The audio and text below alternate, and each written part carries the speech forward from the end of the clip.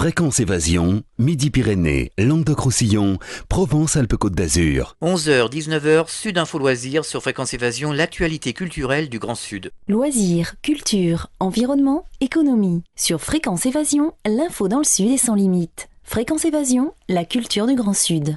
Fréquence Évasion, Provence-Alpes-Côte d'Azur. Sur Fréquence Évasion, nous sommes en compagnie de Monsieur Marc Rhin, maire de Bolène. Merci de participer à cette émission sur Fréquence Évasion. Bonjour. Bonjour. Alors, première question, où se trouve Bolène? Comment fait-on pour y venir? Alors Bolène se trouve aux confins de 3 régions et de 4 départements, donc aux confins effectivement de Provence-Alpes-Côte d'Azur bien sûr, Rhône-Alpes et la région Languedoc-Roussillon. Elle se situe au sommet nord du département de Vaucluse et est située dans l'axe Vallée du Rhône le long de l'autoroute A7. Quelles sont les forces, la richesse, l'économie de Bolène? Alors si vous voulez, ce qu'il faut dire, c'est que bien évidemment Bolène est né de l'industrie réfractaire il y a à peu près une centaine d'années aujourd'hui, donc avec des mines d'argile qui ont été exploitées et qui ont abouti à de très nombreuses usines qui ont bâti la réputation de la ville donc sur cette activité.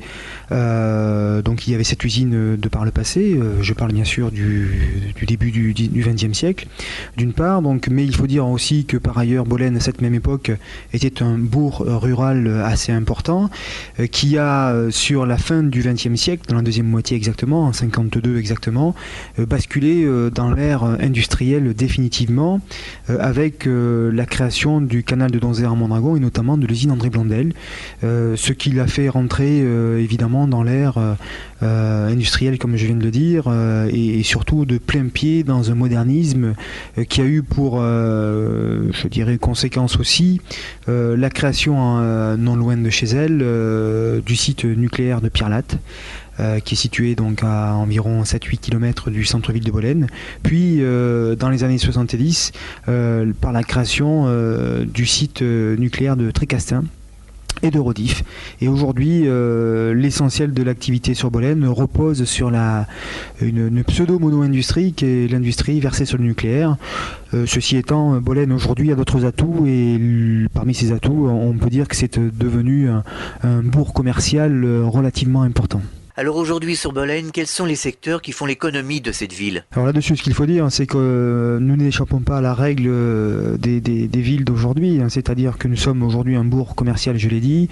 Nous sommes très honnêtement la capitale d'une micro-région qu'on peut appeler le Trécastin, avec de la grande surface, et je crois que c'est ce qui fait aujourd'hui la force de cette ville. La force est certainement peut-être un petit peu aussi de sa faiblesse, puisque nous avons un commerce de détail qui a pu souffrir de cette présence effectivement de grande surface, mais quand on sait que malheureusement chacune des collectivités alentours et même ailleurs souffre je dirais de ces grandes surfaces, eh bien on peut dire aujourd'hui qu'on n'échappe pas à la règle, mais voyons ça sous un jour positif. Bolène est désormais la capitale de sa micro-région et je pense que c'est une excellente nouvelle pour les Bolénois. Alors aujourd'hui, quelles sont les populations implantées à Bolène? Est-ce que ce sont des retraités? Est-ce que ce sont des gens de plus en plus jeunes? Est-ce que ce sont des Parisiens, des gens du Nord qui descendent s'installer? Et quelle est la démographie aussi de la ville? Les deux à la fois, puisque à l'instar de toutes les villes du Sud, il y a un vieillissement de la population, indiscutablement.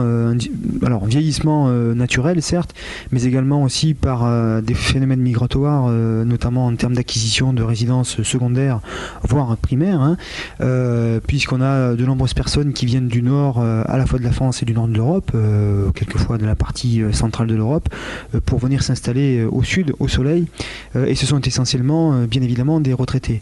À côté de cela, nous avons évidemment aussi une population qui est jeune, je crois qu'il faut savoir le dire aussi. On peut estimer, je pense, à peu près 20% de la population qui a moins de 25 ans, et je pense que c'est un atout que d'avoir cela chez nous. Donc quand on passe de partout, on s'aperçoit que c'est une ville qu'il faut savoir gérer dans une espèce de mixité, non pas sociale, donc même si cela existe, mais une mixité en termes de cohorte d'âge, et je crois que c'est une des forces de cette ville. Alors une autre force de Bolène, c'est d'avoir des infrastructures importantes pour une ville de 14 000 habitants. Oui, indiscutablement, Bolène a des infrastructures relativement importantes, comme vous venez de le dire. Donc, alors tous azimuts. Nous avons des salles polyvalentes, nous avons une piscine qui ravit l'ensemble une piscine couverte et municipale, donc qui ravit l'ensemble des gens du secteur.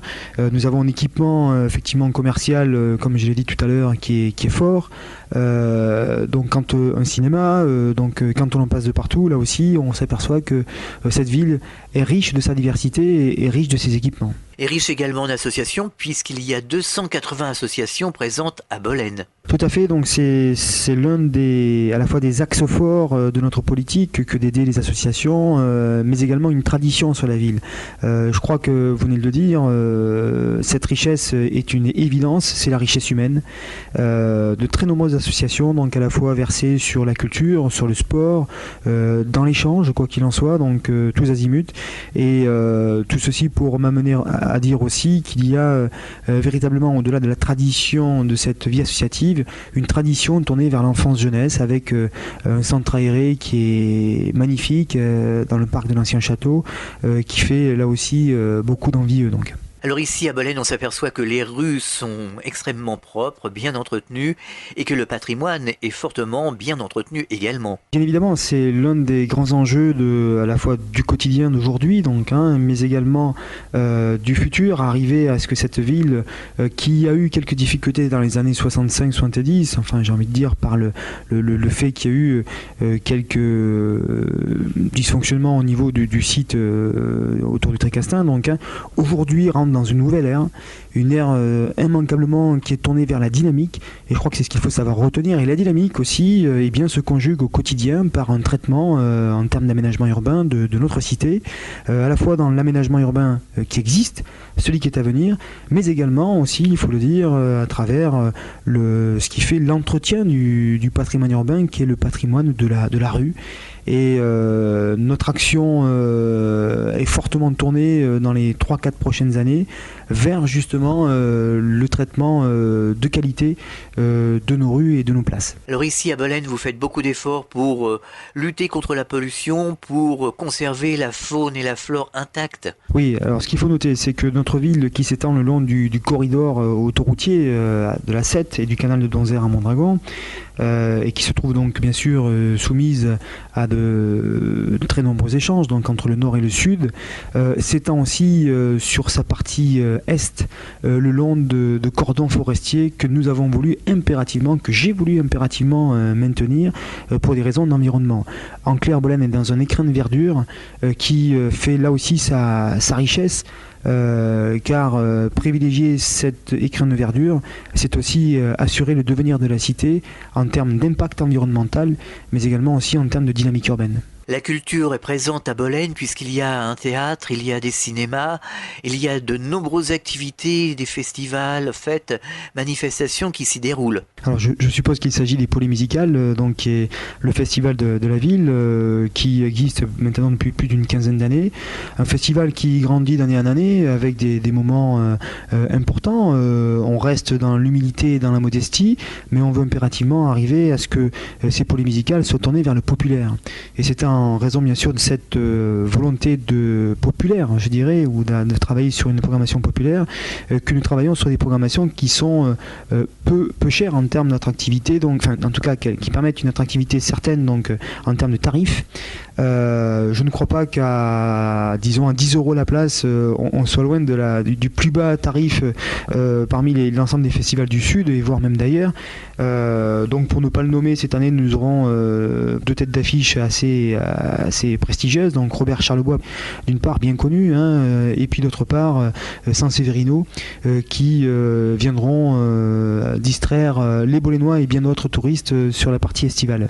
Alors Bolène reste raisonnable dans le prix de l'immobilier puisqu'on peut encore arriver à trouver des maisons à des prix raisonnables. C'était vrai il y a quelque temps, ça l'est un peu moins il y a aussi quelque temps, donc il y a vraiment là une frénésie, la pression foncière existe, la pression immobilière aussi, donc, et je dirais que les prix ont été multipliés par 1,5 voire 2, quelquefois 2,5 selon la qualité des bâtis sur les 2 dernières années, et qu'on se retrouve aujourd'hui avec un marché de l'immobilier très tendu sur la ville. Il n'y a quasiment plus rien à vendre, ni rien à acheter. Le locatif est plus que tendu également. Donc on se situe là sur définitivement, j'ai envie de dire, sur une logique immanquable et obligatoire de dynamique. C'est-à-dire que nous devons passer par une création, quand je dis nous, c'est la collectivité d'une part, mais également l'ensemble des promoteurs ou des privés qui voudraient aller dans ce sens-là. Nous sommes obligés aujourd'hui de passer par de la production de logements. Tout ceci d'autant que 3 gros sujets, 3 gros projets arrivent sur la ville. Alors quels sont ces 3 projets ? Alors ces 3 projets qui vont peser dans la vie économique de la cité et dans le devenir de la ville. Le premier d'entre eux, c'est la création, la réalisation d'un lycée à l'horizon 2006, donc un lycée de 900 places, 900 élèves et qui est un lycée d'enseignement général, un lycée que toute une population attendait depuis maintenant près de 50 ans, donc qui voit enfin le jour, grâce bien sûr à l'action du Conseil régional Provence-Alpes-Côte d'Azur. Donc d'une part, premier élément donc de dynamique, deuxième élément de nouvelle dynamique également, certainement la venue sur la cité de l'usine Georges Besse 2, qui est, je dirais, la suite logique de Georges Besse 1, c'est-à-dire en clair de l'usine Eurodif.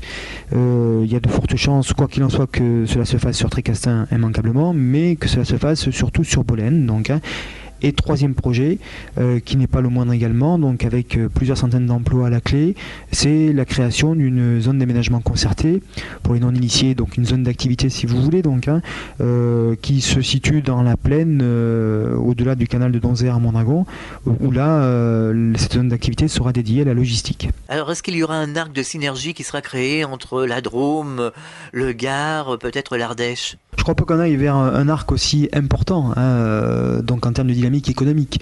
Je crois qu'il y aura certainement des rapprochements entre les collectivités qui constituent grosso modo le canton de Bolène, d'une part.